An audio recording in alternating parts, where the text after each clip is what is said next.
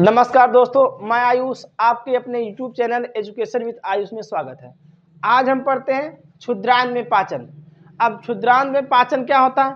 कहने का मतलब है जो छोटी आंत होती है, छोटी आंत से क्या करती है? आंत रस होती है, आंत रस निकलता जो वही आंत रस क्या करते हैं? एंजाइम में बदल जाते हैं। वही एंजाइम्स क्या करते हैं? हमारे जो आंत में अधपचा या पचा हुआ भोजन पहुंचता है उसका क्या करता है? पाचन करता है। चलिए देखते हैं क्या क्या होता है। तो बोलेंगे क्षुद्रांत में पाचन। क्षुद्रांत में आंत ग्रंथियों से आंत रस स्रावित होता है। कहने का मतलब छोटी आंत जो है उससे क्या होती है? आंत रस, आंत ग्रंथियों से आंत रस निकलता रहता है। फिर उसके बाद जिसमें क्या होते हैं? एंजाइम्स जो होते हैं वह क्या करते हैं? कई प्रकार या कई एंजाइम्स निकलते रहते हैं। जैसे इरेप्सिन नामक एंजाइम निकलता है। ये इरेप्सिन क्या करता है? शेष प्रोटीन तथा उसके अवयवों को अमीनो अम्लों में तथा माल्टेज, इन्वर्टेज, लैक्टेज आदि विभिन्न शर्कराओं को ग्लूकोज में तथा लाइपेज शेष वसाओं को ग्लिसरॉल तथा वसी अम्लों में बदल देता है। कहने का मतलब जो इरेप्सिन होता है ये क्या करता? ये हमारे जो भोजन था, भोजन पचने के बाद जो उनमें से हमारे क्या निकले थे? अवयव निकले थे, उनका कन्वर्टेज मतलब बदलता था। क्या करेगा? एक स्थान से दूसरे स्थान में चेंज करेगा। तो कैसे कैसे करता? यहाँ बताया प्रोटीन तथा उसके अवयवों को क्या करता? अमीनो अम्लों में बदल देता है। इसको प्रोटीन हो गया और जो उसके छोटे छोटे अवयव थे उन्हें किस में बदलेगा? अमीनो अम्लों में बदल देगा। फिर आगे माल्टेज, इन्वर्टेज, लैक्टेज इत्यादि को इसमें शर्कराओं में क्या करता? विभिन्न शर्कराओं को ग्लूकोज में बदल देता है। कहने का मतलब जो हमारा माल्टेज है, इन्वर्टेज है, लैक्टेज है, विभिन्न प्रकार की जितनी शर्कराएं हैं इन शर्कराओं को किस में बदल देता है? ग्लूकोज में बदल देता है। तथा लाइपेज शेष वसा को ग्लिसरॉल में बदल देता है और वसी अम्ल में भी वसी अम्ल जो होता है उसमें बदल देता है। कहने का मतलब जो लाइपेज होता है शेष वसा जो होता है उसमें बदल देता है ग्लिसरॉल को और वसी अम्लों में बदल देता है। मतलब लाइपेज क्या करता है? जो वसा होता है उसे ग्लिसरॉल और वसी अम्लों में बदल देता है। ये क्या करता है? ये जो क्षुद्रांत होता है उसमें पाचन हो जाती है। अब देखेंगे जो क्षुद्रांत में पाचन हो रहा है, क्षुद्रांत में जो पाचन हो रहा है वह हमारे भोजन, क्षुद्रांत में जो हमारे शरीर के अंदर भोजन गया है उसके पाचन होने के बाद जो उसमें से नए नए हमारे क्या निकले? अवयव निकले। उनका पाचन कैसे होता है उनके बारे में जानते हैं। तो भोजन के विभिन्न अवयव तथा उनका पाचन, मतलब कहने का जो हमारा भोजन होता है उन भोजनों से हमको जो विभिन्न प्रकार के अवयव होते हैं उनका निकलने के बाद उनका फिर पाचन होता है, उनके बारे में जानते हैं। चलिए बोलेंगे भोजन चाहे मांसाहारी है या शाकाहारी हो या क्या होता है ठोस या तरल हो, तो उसके क्या है? तो इसमें मुख्य रूप से प्रोटीन, कार्बोहाइड्रेट, विशेषकर मंड तथा वसा होते हैं। कहने का मतलब चाहे हम मांसाहारी भोजन करें, चाहे हम शाकाहारी करें, चाहे ठोस करें, चाहे तरल करें, या इसमें जो होते हैं जो शाकाहारी, मांसाहारी, ठोस, तरल पदार्थ जो होते जो भोजन किए हम लोग, इसमें मुख्य रूप से केवल क्या पाए जाते हैं? प्रोटीन्स पाए जाते हैं, कार्बोहाइड्रेट्स पाए जाते हैं और विशेष प्रकार के मंड और वसा पाए जाते हैं। फिर आगे मनुष्य में भोजन के इन अवयवों का पाचन निम्नलिखित प्रकार से होता है। कहने का मतलब जो प्रोटीन का पाचन कैसे होता है, कार्बोहाइड्रेट का पाचन कैसे होता है, मंड वसा का भी पाचन कैसे होता है, इनके बारे में हम लोग क्या करेंगे? जानते रहेंगे, है ना। तो अब इनका पाचन जो होगा, प्रोटीन्स होते हैं, विटामिन होते हैं, प्रोटीन्स होते हैं, कार्बोहाइड्रेट्स होते हैं, है ना, मंड होते हैं, वसा होता है, इनका पाचन कैसे कैसे होता है इन क्रियाओं को जानेंगे। चलिए तो बोलेंगे कार्बोहाइड्रेट्स का पाचन, मतलब अब हम क्या किए, हमारे शरीर में भोजन गया, भोजन हम लोग क्या किए, ग्रहण किए, ग्रहण करने के बाद हमारे उसमें अवयव जो थे वह पच गए, पच के अलग अलग रूप में बट गए। क्या हुआ, जो हमारे लास्ट चरण क्या था, किसमें, क्षुद्रांत में आके पच गया। अब यहाँ तक हमारा सब जो पाचन क्रिया थी खत्म होगी, समाप्त होगी। अब पाचन के उपरांत जो हमारे क्या है, छोटे छोटे अवयव आए, जैसे प्रोटीन्स आ गए, वसा आ गए, और क्या आ गए थे हमारे कार्बोहाइड्रेट्स आ गए, मंड आ गए, शर्करा आ गए। इनका पाचन कैसे होता है। अब जो भी हम भोजन करेंगे, सब भोजन में कुछ ना कुछ मात्रा में इन सब तत्व पाए जाएंगे, जो पोषक तत्व होंगे कुछ ना कुछ मात्रा में पाया जाएगा, है ना। तो उनका पाचन अब हुआ। अब उनका पाचन होने के बाद जो हमारे उसमें अवयव निकल के आए, उनका फिर से पाचन किस प्रकार से होता है उन्हें जानते हैं। तो देखेंगे कार्बोहाइड्रेट्स का पाचन क्या होता है, तो बोलेंगे मंड का पाचन मुख गुहा में लार से ही प्रारंभ होता है। बताया गया था जो मुख गुहा होता है, मुख गुहा में क्या होता है, पाचन क्रिया होती है, लेकिन किसकी होती है, मंड की होती है। मतलब कहने का जो पाचन क्रिया हमारा होगा मंड के रूप में होगा। किसका पाचन होगा, बोलेंगे कार्बोहाइड्रेट मंड का जो पाचन होगा वह हमारा कहाँ से, लार ग्रंथियों में ही होता है। कहने का मतलब मुख गुहा में ही जो हमारा मंड होगा उसका पाचन किया जाता है। आगे एंजाइम और कौन से, टाइलिन, यहाँ इस प्रकार क्रिया करके जटिल शर्कराओं को सरल शर्कराओं में तोड़ देता है। कहने का मतलब जो हमारा मुख गुहा होता है, मुख गुहा में क्या होता है, हमारा लार ग्रंथि होती है, लार ग्रंथियों से क्या निकलती है, लार रस निकलती है। एंजाइम कौन सा निकलता है, बोलते हैं हमारा एंजाइम कौन निकलता है, एंजाइम कौन निकलता है, टाइलिन नामक एंजाइम निकलता है। यही क्या करता, जो जटिल कार्बनिक हमारे अणु होते हैं, जटिल कार्बनिक पदार्थ होते हैं, उसे किस में चेंज कर देता है, सरल कार्बनिक पदार्थों में तोड़ देता है। फिर आगे बोलेंगे यहाँ मंड का पाचन मुख गुहा में लार से ही प्रारंभ होता है। एंजाइम टाइलिन यहाँ इस प्रकार क्रिया करके जटिल शर्कराओं को सरल शर्कराओं में तोड़ देता है।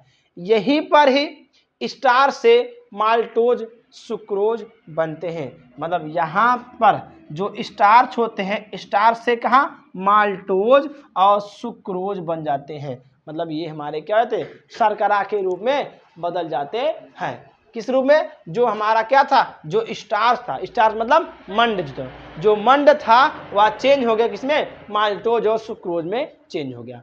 कहाँ हुआ, हम बोले कार्बोहाइड्रेट से का पाचन हो गया। आगे बढ़ते, अब ये तो मंड का पाचन हुआ, अब कार्बोहाइड्रेट के बारे में जानते हैं। तो बोलेंगे मंड का आमाशय में पाचन नहीं होता। मतलब मंड अगर पहुंच गया हमारे शरीर के आमाशय में तो पाचन नहीं होगा, वह क्या, उसको अपशिष्ट के रूप में बाहर कर दिया जाएगा, है ना। कहने का मतलब जब पाचन प्रक्रिया होगी वह हमारे मुख में ही होगी।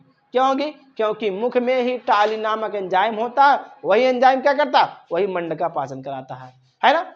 चलिए आगे, शेष मंड का पाचन ग्रहणी में, शेष मंड का पाचन ग्रहणी में अग्नाशय रस के एमाइलेज एंजाइम से होता है।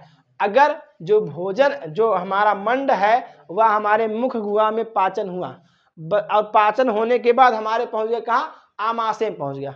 अब आमाशय उसका पाचन नहीं करेगा, वह किसके पास भेज देगा, उसको ग्रहणी के पास भेज देगा। ग्रहणी क्या करेगा, अग्नाशय रस से एमाइलेज नामक एंजाइम उत्पन्न करेगा, वही एमाइलेज क्या करेगा, उसका पाचन करेगा, किसका, जो मंड होगा उसका पाचन कर देगा, है ना। आगे क्या बोलेंगे, जटिल शर्कराओं का पाचन छोटी आंत में आंत रस के विभिन्न एंजाइम द्वारा होता है। कहने का मतलब जो जटिल शर्करा होगा उसका पाचन हमारे छोटी आंत में हो जाएगा, किससे, आंत रस के एंजाइम द्वारा होता है। मतलब छोटी आंत से आंत रस निकलेगा, आंत रस से क्या होगा, जो एंजाइम्स होते हैं वह क्या करते हैं, वह हमारे विभिन्न प्रकार के एंजाइमों का क्या करते हैं, निकालते हैं और उसका पाचन करते हैं। जैसे क्या बोलेंगे, माल्टोज का माल्टेज द्वारा, है ना, जो माल्टोज का पाचन होगा माल्टेज के द्वारा होगा। सुक्रोज का सुक्रेज के द्वारा क्या होगा, सुक्रेज के द्वारा पाचन किया जाएगा। और लैक्टोज का पाचन लैक्टेज द्वारा किया जाएगा। कहने का मतलब है जो पाचन प्रक्रिया होगी वह हमारे शरीर में कैसे होगी, माल्टोज जो रहेगा माल्टेज के द्वारा होगा, लैक्टोज जो रहेगा लैक्टेज के द्वारा होगा, सुक्रोज जो होगा सुक्रेज के द्वारा होगा, है ना। आगे बढ़ते हैं, प्रोटीन का पाचन कैसे होता है। यहाँ हम बताया गया कार्बोहाइड्रेट्स का पाचन, यहाँ बोलेंगे प्रोटीन्स का पाचन। अब प्रोटीन कैसे पाचन क्रिया करता है, तो बोलेंगे प्रोटीन का पाचन अम्लीय माध्यम में HCl की उपस्थिति में, HCl की उपस्थिति मतलब कहने का हाइड्रोक्लोरिक अम्ल जो रहेगा हमारे शरीर के अंदर, हमारे आमाशय में ना, उसका पाचन करेगा। तो क्या बोलेंगे, प्रोटीन का पाचन अम्लीय माध्यम में पेप्सिन नामक एंजाइम द्वारा होता है। अम्लीय माध्यम रहेगा और पाचन किसका होगा, प्रोटीन का पाचन होगा किस एंजाइम के द्वारा, एंजाइम कौन सा हमारा है, पेप्सिन नामक एंजाइम द्वारा होगा, है ना। फिर आगे, यह एंजाइम जठर रस में होता है। कहाँ से, जठर रस। और जठर रस कहाँ से निकलता है, जठर ग्रंथियों से निकलता है ना। तो बोलेंगे यह जो एंजाइम होता है जठर रस में होता है।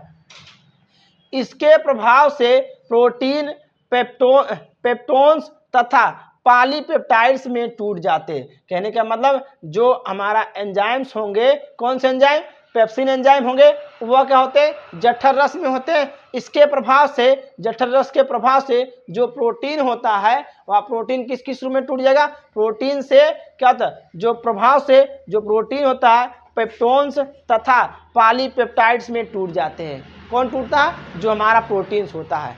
आगे अब हम लोग पढ़ेंगे क्या, वसा में पाचन। वसा में पाचन क्या होता है, जो हाइड्रोक्लोरिक अम्ल हमारा होता है, जो हाइड्रोक्लोरिक अम्ल ये पाचन प्रक्रिया किया, ये पाचन प्रक्रिया क्या होगा, ये क्या करता है, जो शर्करा होती है, जो वसा होती है उसका क्या करता है, अम्ल के साथ क्रिया करके और किसके साथ, जो हमारा क्षार होता है उसका पाचन कर देता है। मतलब वसी जो होता है वसा का पाचन जो होता है वह उसे अम्ल और क्या होता है, क्षार आपस में मिलकर क्रिया करके वसा का पाचन करा देते हैं, है ना। चलिए ठीक है, यहां तक बात समझ में आई।